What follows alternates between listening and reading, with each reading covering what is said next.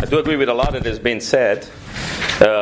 I don't come from the industry, but as an academic, I work for the Center for European Policy Studies here, so I'm not representing any specific partisan view. Although I think that the views that have been expressed so far are all not only partisan, but also go in the direction of content, and not only in the content industry, but content in the sense of substance. I want to just broaden up very quickly the scope of the discussion by saying that first of all, we should be happy that we have some points in common here in the room. Well, first of all, compared to 6-7 years ago, I think that the debate on net neutrality has become clearer and less polluted by a lot of rhetoric, although it's still there. But also we see two representatives of two till today different industries that agree on one principle, at least: the fact that the internet has changed, that the internet is not the place where you could not tell a dog that people used to have. The famous cartoon by Peter Steiner, 1993, on the New Yorker, where the thing that anonymity and to some extent also anarchy would be one of the main features of the internet. A famous scholar from the United States, Carol Rose, in 1998 wrote, "Internet is like Central Park after dark," meaning it's like full of thrills, excitements, but also danger, because since the intelligence is distributed at the edges of the network, no one can inspect what goes on. Now, this is the major argument that lies at the core, not of of advocating neutrality, but advocating that net neutrality becomes the law, becomes mandatory, because this is the idea on one end of the spectrum. Well, it's very difficult to argue that now today in the NSA, in the Snowden era, right? We now today that we're asking our gatekeepers of the internet to patrol the internet, to inspect the internet. We know that this is being done everywhere at any given moment in time. We know that it might be happening soon after the Advocate General's opinion of yesterday, Judge Villalon, that ISPs might be required to shut down pirate websites.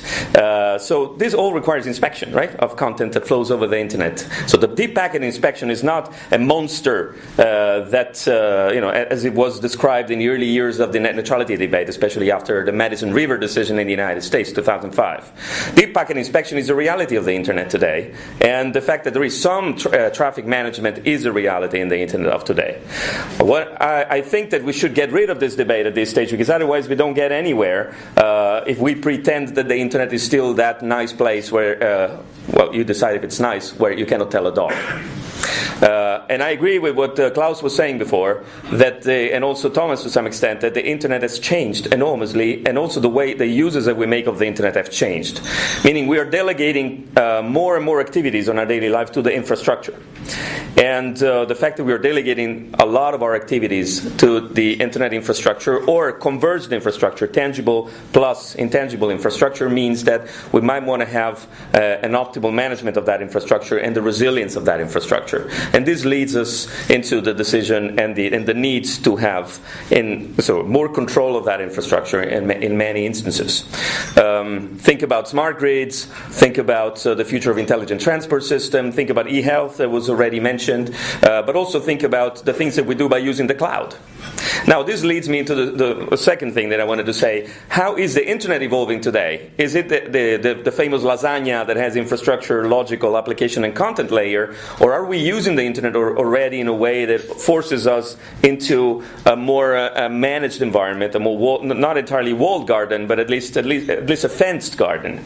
Many of us use the internet for mobile by already relying on the applications. That's not the open internet, right? This is already a little backyard that was built for us to have access more easily, more quickly to things that we know. Just because I can quote Herbert Simon, who's a famous neuroscientist and economist from the 50s. What is happening on the internet is that a wealth of information is creating a poverty of attention. So anybody who actually is able to manage our attention and come close to us and offer us special services for us is the one that will actually manage our bill, and they will get our attention. Now, these are the famous gatekeepers, and not necessarily only the telecoms companies. There are several gatekeepers. So in order not to overlap with what the others have said, the other speakers have said, I would just ask you a question, just to prompt you with a question. What is the conceptual difference between a telecom operator degrading the quality of service of a specific application, which of course I'm not advocating for, and I'm not suggesting that you do it, unless you do it for spam or something else that we might not want to receive. And the fact that Google puts Amazon on page 3, or puts a potentially competing application provider at page 3 of the website of its own search engine results. Is it the same thing conceptually? Meaning giving access to a consumer to information and giving access to an application that goes slower than it could, or putting an application in a place where, on average, 0.00001% of end users will actually end up clicking. Is this the same thing, or it's a different thing? Meaning, if we are user-centric in what we do, what does it mean to have an open internet? Now, for me, this is one of the difficult conceptual things, because a lot of the issues that are being discussed in DG Comp on the Google investigation look at the potential neutrality obligations of a search engine. And Google has already offered sort of ballot screens or different ways of producing results that would enable more, let's say, level playing field in the way they produce results. I don't know if this same logic could be applied to telecom operators in the future, but what I do know is that the neutrality rhetoric is susceptible of contagion. Meaning, if we say that the telecom operators have to be neutral, meaning they cannot discriminate between applications, we might also end up saying that search providers have to be neutral. Try to use a neutral search engine and you'll realize that you run away. That cloud providers have to be neutral, because when you have a cloud provider and you ask for, what kind of a spreadsheet do you have for me, if they give you first their own, that's affecting your choice.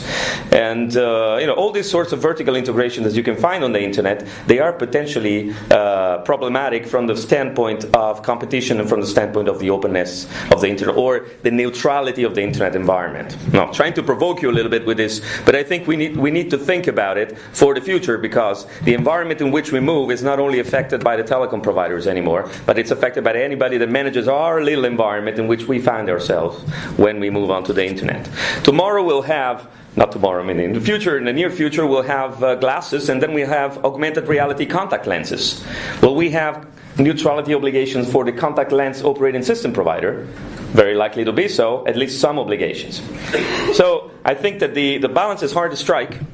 And that's coming, in 5 years. And if I see when the new rules will be implemented fully, the new rules that we were discussing, I think we will be close to the augmented reality contact lens here. So we have to think about it.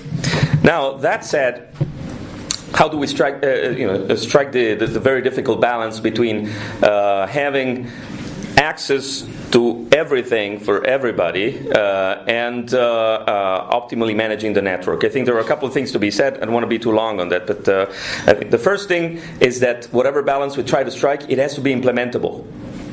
And I do think, and here I probably disagree a bit with Pilar, I don't know, we were discussing this at the beginning, I do believe, and this is also what I'm telling the Secretariat General as we're working together on the revision of the impact assessment guidelines these days. If you don't think about implementation and enforceability of rules when you're drafting, when you are into the broader picture, you might get it wrong. Meaning, you might have rules in place, such as the ones that we have today, transparency and minimum QoS, that are almost impossible to implement in practice. Transparency is only meaningful if we've come up with a way to communicate that to consumers in a way that is synthetic. It cannot be a thick 400-page manual about how do we throttle content. Have we discussed this to a full extent? I don't think so. What about minimum QoS? Minimum QoS, going below minimum QoS might occur at any zip code in any second of the day on any type of application for any type of user. Meaning quality of service means different things for different users and different applications at different moments in time. And it's very difficult for a regulator to keep track on whether the quality of service of a given application is going below a certain level. So perhaps and I contradict myself here, but the only real virtue of saying let's mandate net neutrality is that's a much simpler thing to do.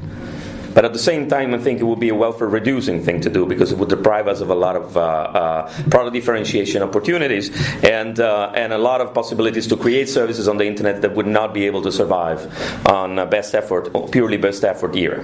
So the second question I have here is, can we live with competition policy only?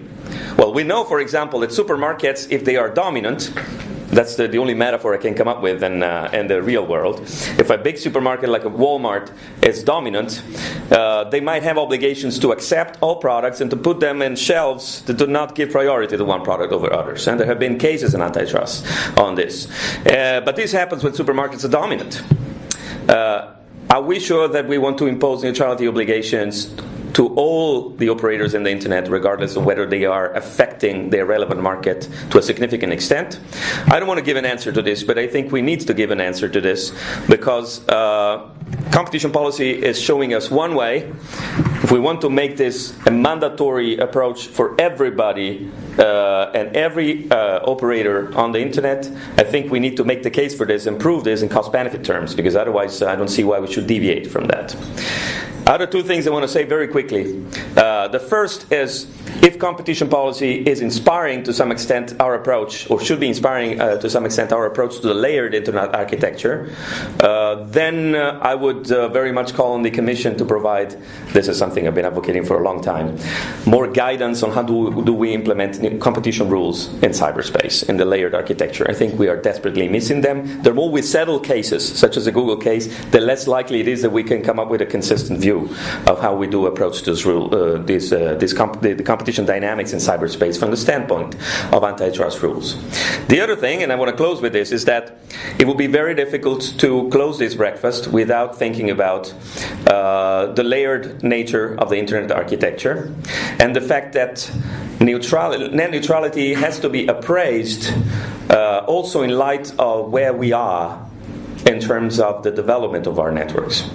It's one thing to say we impose neutrality obligation on operators that have no access, no network sharing obligations at the infrastructure layer, a bit like in the United States.